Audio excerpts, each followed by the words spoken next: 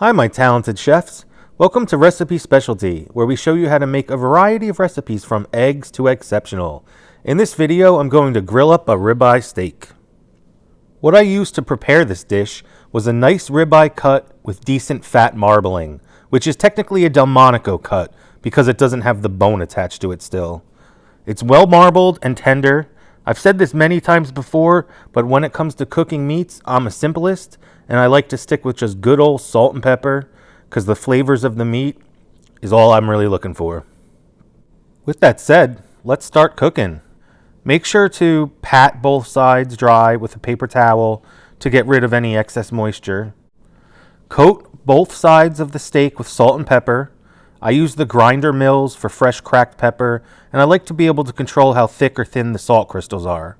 I've preheated the grill up to 350 degrees. I have to admit I am not proud of the grill marks on this steak.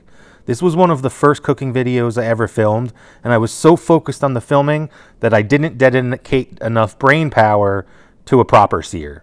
I apologize, I'm embarrassed with myself. I'll make another ribeye video since I have a new skillet that I plan to christen with a nice steak. What you would normally do is lay the steak down and get one side of the grill marks, then flip a quarter of the way through cooking, then halfway flip again but turn the steak so it gets a cross pattern of grill marks, and then just flip it over one more time and it'll give you the cross pattern on the other side. I'll show you how that works in another video. I like my steaks more on the rare to medium rare side, so I intend to only cook this to 130, 135. And then I let it sit after cooking to rise another 5 degrees or so. Once that's done, carve up that bad boy and dive right in. Please let me know what you think. If you made this steak, did you tweak the recipe at all? Did you do anything different? Do you have any suggestions that I can improve upon? Is there anything you would do differently? I'd love to hear all of your feedback. Thanks for taking the time to watch this video. I am truly grateful for all the love and support. I hope you have a wonderful day.